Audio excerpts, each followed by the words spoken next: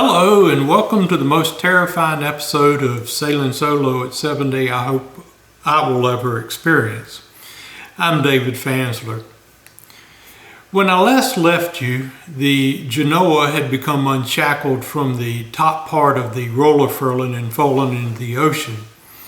I had recovered it without any problems, and I spent the next 4 to 6 hours trying to recover the top piece of the roller furling that the Genoa attached to.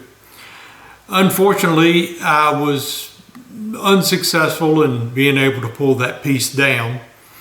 And so after deliberation, decided the only way I could get it down was to go up the mast.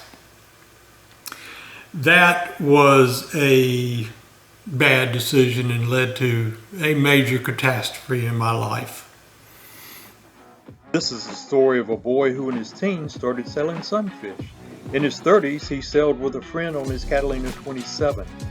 In his 40s, he bought a Hobie 16, which he sailed every year at the beach for a week. Also in his 40s, he bought a Catalina 27, followed by a Morgan Out Island 41. He sailed the Morgan Out Island for more than 16,000 miles until his 60s when he sold it. He then bought a Hobie 21 SE, which kept him happy for a while, but then he bought a Beneteau 50.4, which he started sailing, and he's sailing it by himself. So Sailing Solo at 70 is me, David Fansler, only now I'm 71. It took me a little while to get the bosun's chair all rigged up. I attach it to a forward halyard and threw a couple of pulleys and around the capstan for the anchor windlass. Now the anchor windlass is electrically powered, so I have a cable that runs from the control box for the windlass to my bosun's chair, and on the bosun's chair there is a switch that will turn the anchor windlass to either up or down, which translates to pulling me up the mast or lowering me down the mast. The mast itself is 60 feet tall, and I had made it to about 55 feet when I got hit by a wave on the side of the boat. I wasn't expecting that, and it threw me around the mast to the back side of the mast. Now, to look at this, I've got a graphic here, and what happens is the boat gets knocked over about 23 feet at the top of the mast, back to the center position, and then back 23 feet the other direction, and back to the center position. Now, each one of those motions took about 1 second, so to go from vertical to one side to vertical to one side and back to vertical was about 4 seconds. Covering 46 feet in that amount of time, the calculations I did later showed that I had an acceleration of about 47 feet per second squared. Now, the acceleration due to gravity is 32 feet per second squared, which means that the boat gave me an acceleration 1.5 times that of gravity. My final velocity from rest to peak velocity was probably somewhere around 47 feet per second, which equates to 32 miles an hour. I was going pretty fast. As I came around the mast, one of the metal cables that holds the mast up hit my elbow on the back of the elbow and ripped it out of socket. Now, I realized that something had happened when it happened because it hurt. But the biggest thing was that when I looked over, normally that's as far as your arm will extend. My forearm was going down at an angle like that. And my thought was, well, that's kind of funny looking. So the next thing was to get down the mast. Now, normally all I had to do was flip the switch to make the anchor windlass pull me down the mast. But unfortunately, during the time that I went around the mast, the anchor windlass tripped its breaker. So I had to come up with another way to get down the mast. And while I was contemplating that, I got hit by a larger wave. This wave again slung me around the mast to the front of the mast, where I hit the mast again at approximately 32 miles an hour a couple of times. In one of those impacts, everything went white. Now, I realized at this point the seriousness of the trouble I was in. If I blacked out and the boat continued to get hit by waves, it would kill me. Quite literally beat me to death. So I realized at no point could I lose consciousness. And so the effort to get down became even greater. While holding on to the mast, I slipped a couple of inches in the bosun's chair, and it dawned on me, well, the halyard that you're attached to is tied real tight around the capstan on the windlass so that it has enough friction to pull you up the mast. So if I loosen the halyard a little bit, it should allow me to slip down the mast. So I loosened it a little bit and nothing happened, and I loosened it a little bit more and I started slipping down the mast, thinking, oh, this is great. And then I started slipping a little faster and a little faster, and I realized I was going to hit the deck much faster than I really wanted to. I hit the deck and fell onto my back, said a quick prayer of thanks to God, and then bounced twice and went overboard. Now, at this point, the humor came back up again, and I started having another conversation with God about the cosmic joke had gone far enough, and we needed to quit this. Now, my legs from my knees down to my feet were still inboard. They were caught on the lifelines, but the rest of me was still sitting in the bosun's chair, was hanging outside over the ocean. The boat was still sailing at this point, so if I'd have fallen into the ocean, it'd have left me behind. There's a safety net on the lifeline, so I pulled my feet outside the lifeline, and since I was barefooted, I used my toes to walk myself backwards down the boat on the lifeline or the safety net. And as I did, the bosun's chair rose up until it became the same height as the lifeline. So at that point, I rolled over onto the deck of the boat and lay there for a moment, trying to compose myself, and crawled in the cockpit and laid there a few more moments. I took a picture of myself at this point, and my face was covered with blood. Not sure where it came from, except from my scalp somewhere. Then I composed a couple of text messages, one to Jeff, my partner, and the other to Mary, my wife, explaining what had happened. They immediately got together on the phone and started discussing options. At this point, I was about 700 miles northeast of San Juan, Puerto Rico. I was actually closer to the British and the American Virgin Islands, but the decision was made that the medical care at San Juan would probably be superior to that of either of the British Virgin Islands or the American Virgin Islands. So I readjusted the sails and the course of the sailboat and headed towards San Juan. Now, I spent most of my time during that week sleeping, because it was the most comfortable thing to do and to let time pass by quicker.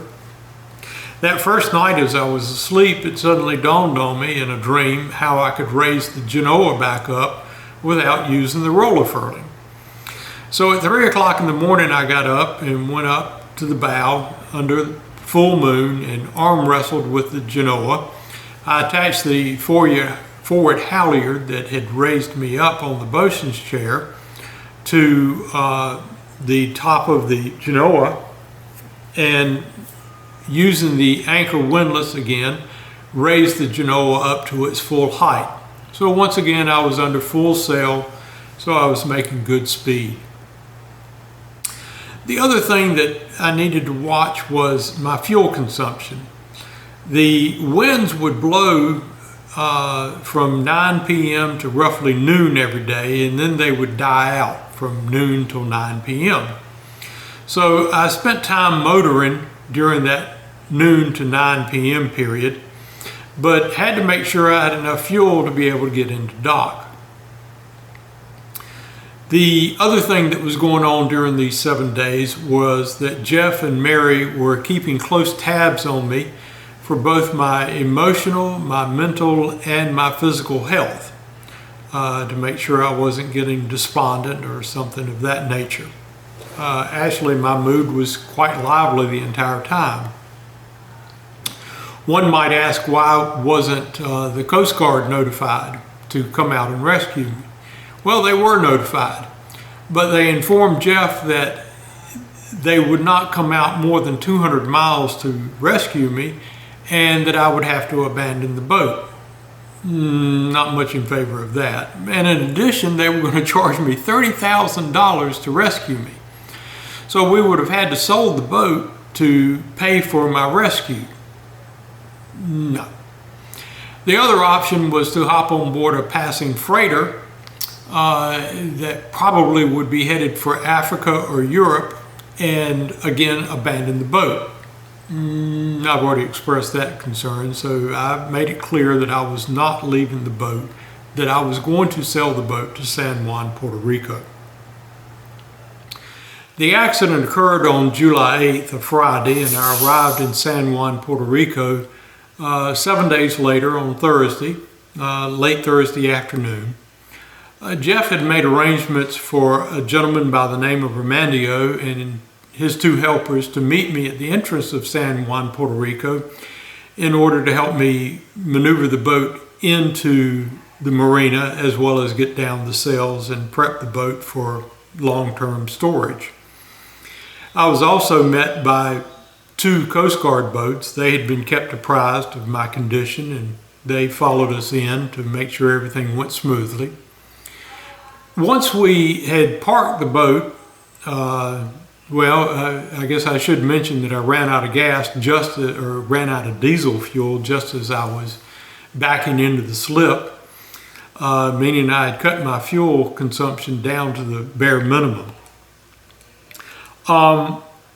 Once the boat was secured in the slip, I said goodbye to Armando and his helpers, and I contacted the U.S. Border and Customs Patrol to register my arrival into San Juan, Puerto Rico. They knew the condition I was in, and they expedited everything so that I could get out of there into the hospital. That was about 9 o'clock that Thursday night. I took a taxi to a hospital, got there about 10 o'clock, was seen by the ER almost immediately. And I think I'm actually going to stop at this point and cover the treatment in next week's episode. I do want to express that this has been a very difficult episode for me to record. I've probably done it 7 or 8 times at this point. Realizing how close I was to having dying, it's been kind of terrifying. And even more so for Jeff, my partner, and my wife, Mary, especially her in not being able to do anything and being so far away from me. We love each other dearly, and I hope that I never put her through anything like this again. So that's the end of this week's episode of Sailing Solo at 70. If you're interested in the math of how I calculated velocities and accelerations, hang around after the goodbyes and I'll go through that right quickly.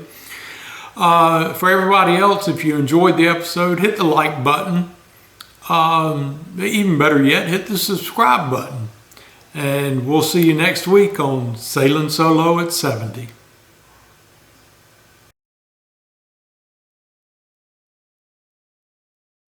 To calculate how far I had traveled, I needed to know the distance that the top of the mast had traveled from its rest position. I knew the mast was 60 feet tall, and if you use the mast in the figure that you're looking at, you have an isosceles triangle. So I cut the triangle in half. So I had two right triangles, and I could figure out what the opposite side of each triangle was. Using trigonometry, in particular the tangent of the angle was equal to the opposite side divided by the adjacent side. Now, the adjacent side was the length of the mast, 60 feet, and the tangent, or the degrees, was 11 degrees, and so the tangent of that was 0.194. So that gave me a distance of 11.7 feet, and 2 times that would be 23.4 feet. So that's how far I traveled as the boat rocked over. And it took 1 second for the mast to travel that 22 degrees or 23.4 feet. In the world of physics, there's 4 kinematic equations that can be used to determine acceleration, velocity, distance, or time. Now, I knew the distance I had traveled and I knew how long it had taken. So using the equation distance is equal to 1/2 the acceleration times the time squared, I rearranged the equation so that acceleration is equal to 2 times the distance times the time squared. That gave me an acceleration of 46.8 feet per second squared. Then using another equation, and both of these are trimmed down from their full equations because I didn't need everything that was there. To determine my velocity, velocity squared is equal to 2 times the acceleration times the distance. Plugging all that information in, then the velocity squared was equal to 2190.24 feet per second, and taking the square root of that gives you 46.8 feet per second, or 32 miles an hour. So that's how I was able to calculate how fast I went and what my acceleration was.